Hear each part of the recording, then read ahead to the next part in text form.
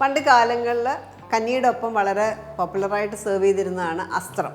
അപ്പോൾ അസ്ത്രം നമ്മൾ ചേമ്പും കാച്ചിലും ഒക്കെ ഉപയോഗിച്ചിട്ടാണ് ഉണ്ടാക്കാറുള്ളത്. ചില സ്ഥലങ്ങളിൽ വൻപയർ ചേർത്തിട്ടും ഉണ്ടാക്കും. അപ്പോൾ ഇന്നത്തെ വീഡിയോയിൽ അസ്ത്രം എങ്ങനെയാണ് ഉണ്ടാക്കിയത് നമുക്ക് കാണാം. ഞാൻ Mahima Simon. Welcome to Mahima's cooking class.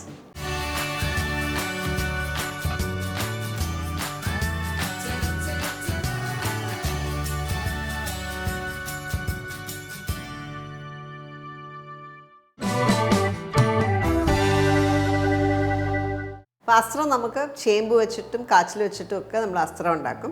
ഞങ്ങളുടെ വീടുകളിൽ ഉണ്ടാക്കുന്നത് എപ്പോഴും ചേമ്പ് വെച്ചിട്ടാണ്. കണ്ണൻ ചേമ്പാണ് യൂസ് ചെയ്യുന്നത്. കണ്ണൻ ചേമ്പോ മറ്റേ ചേമ്പോ യൂസ് ചെയ്യാം.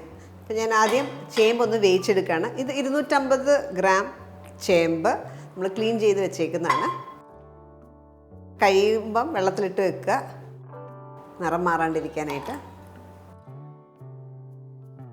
ഇതിലേക്ക് കുറച്ച് മഞ്ഞൾപ്പൊടി, ഒരു 1/4 ടീസ്പൂൺ,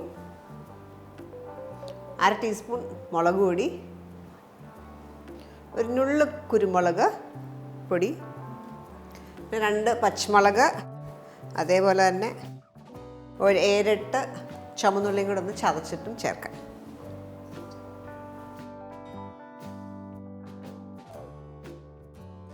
അപ്പോൾ അത് എരിവില്ലാത്ത മുളകായതുകൊണ്ടാണ് ഞാൻ 2 എടുത്ത് എരിവ് കണക്കാക്കി ഉപയോഗിക്കുക.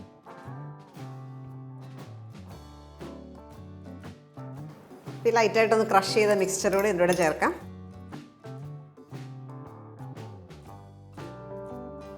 കുറച്ച് കറിവേപ്പില, ഇത് വേവാൻ കണക്കാക്കി വെള്ളം കൂടെ ചേർക്കാം.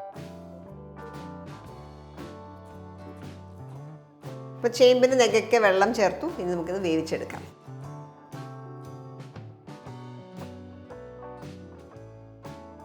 അപ്പോൾ ചേമ്പ് വേവിക്കാൻ പ്രഷർ കുക്കറിൻ്റെ ആവശ്യമില്ല. ഞാൻ ടൈം സേവ് ചെയ്യാനായിട്ട് പ്രഷർ കുക്കർ ഉപയോഗിക്കുന്നതേ ഉള്ളൂ. പ്രഷർ കുക്കറിലാകുമ്പോൾ നമ്മൾ ഹൈ ഫ്ലെയിമിൽ 1 വിസിൽ വരെ കുക്ക് ചെയ്തെടുക്കുക. അല്ലെങ്കിൽ തുറന്ന് വെച്ച് നല്ലൊരു തിള വരുന്നവരെ കൽച്ചട്ടിയിലോ അല്ലെങ്കിൽ മൺചട്ടിയിലോ കുക്ക് ചെയ്യാം. അതിനുശേഷം തിള വന്ന ശേഷം തീ കുറച്ച് ലോ ഫ്ലെയിമിൽ നന്നായിട്ട് വേവുന്നവരെ കുക്ക് ചെയ്തെടുക്കുക. അപ്പോൾ ചേമ്പ് വേവുന്ന സമയം കൊണ്ട് നമുക്ക് അരപ്പ് റെഡിയാക്കി എടുക്കാം. അരപ്പിനായിട്ട് ഞാനൊരു ചെറിയ 2 ചുവന്നുള്ളിയാണ്,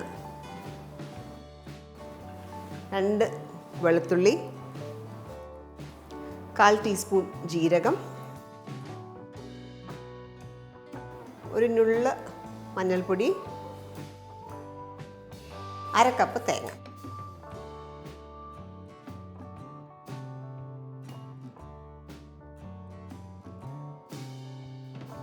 ഇതിലേക്ക് കുറച്ച് വെള്ളവും കൂടെ ചേർത്ത് നന്നായിട്ട് പേസ്റ്റാക്കി അരച്ചെടുക്കുക.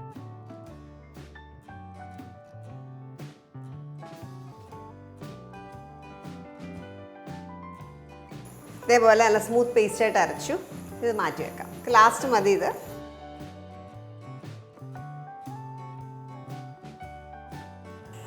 പ്രഷറെല്ലാം പോയി കഴിയുമ്പോൾ തുറക്കാം.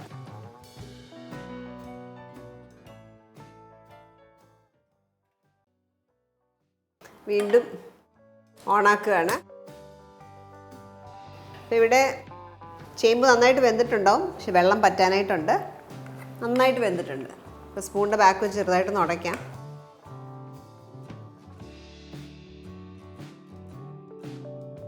ഇപ്പോൾ ചില സ്ഥലങ്ങളിലൊക്കെ അസ്ത്രത്തിന് വേറെ പേരിലായിരിക്കാം ഈ സെയിം കറി അറിയപ്പെടുന്നത്.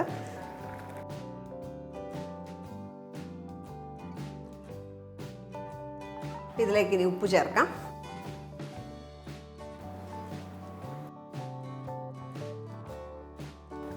ഒരു ടീസ്പൂൺ ഉപ്പ് ചേർത്തു.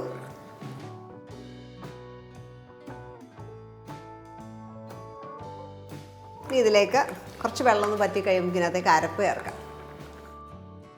ഈ അരച്ച് വെച്ചേക്കുന്ന മിക്സ്ചർ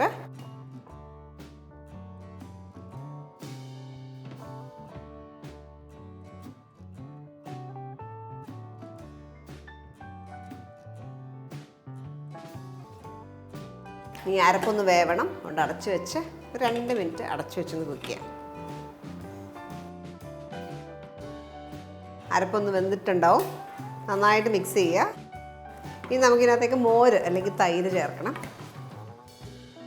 ഇതേപോലെ കുറച്ച് കഷ്ണങ്ങൾ കിടക്കണം, കുറച്ച് വെന്തുടയണം. ആ രീതിയിൽ ഞാൻ എടുത്തേക്കുന്നത് 3/4 കപ്പ് തൈരാണ്. അത് നന്നായിട്ട് ഉടച്ച് ഇതിനകത്തേക്ക് ചേർക്കാം.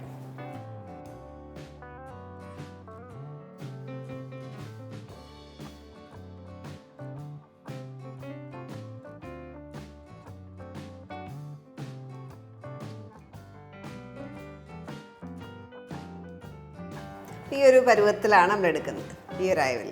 അപ്പോൾ ചില സ്ഥലങ്ങളിലോട്ടൊക്കെ കടുക് പൊട്ടിക്കാറില്ല, അതിന് പകരം പച്ച വെളിച്ചെണ്ണയും കറിവേപ്പിലയും കൂടെ ഞെരടിയിടും, അങ്ങനെയും ചെയ്യാറുണ്ട്. ഞങ്ങളുടെ വീട്ടിലൊക്കെ ഇത് കടുക് പൊട്ടിച്ചാണ് എടുക്കുക. അപ്പോൾ ആ രീതിയിലാണ് നമ്മൾ ചെയ്യുന്നത്. കടുക് പൊട്ടിക്കാനായിട്ട് നമുക്കൊരു കടായി ചൂടാക്കാം.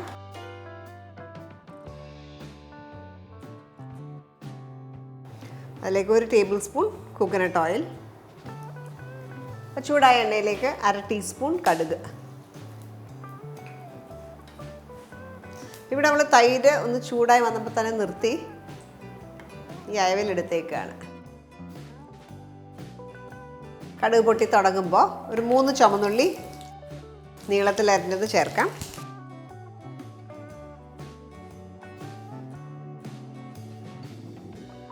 2 വറ്റൽമുളക് ചോപ്പ് ചെയ്തത്, കുറച്ച് കറിവേപ്പില. ഓഫ് ചെയ്ത ശേഷം ഈ കടുക് പൊട്ടിച്ച മിക്സറിലേക്ക് ഒരു 1/8 ടീസ്പൂൺ, 1/4 ടീസ്പൂണിൻ്റെ പകുതി ഉലുവാപ്പൊടി, അതുപോലെ ഒരു 1/4 ടീസ്പൂൺ കാശ്മീരി മുളക് പൊടി, നിറത്തിന് വേണ്ടിയിട്ടാണ്. അത് ചേർത്തത് മിക്സ് ചെയ്യാം. അതിലേക്ക് ഒഴിക്കുക.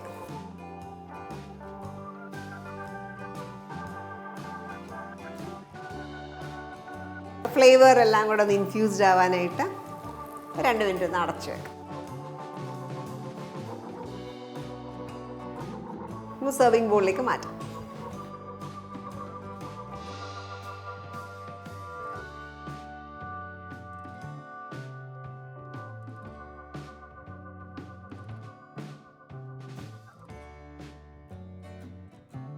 പിന്നെ നമ്മൾ അസ്രം ഉണ്ടാക്കിയത് ചേമ്പ് മാത്രം ഉപയോഗിച്ചിട്ടാണ്. ചേമ്പും കാച്ചിലൊക്കെ മിക്സ് ചെയ്തിട്ട് നമുക്ക് അസ്രം ഉണ്ടാക്കാം.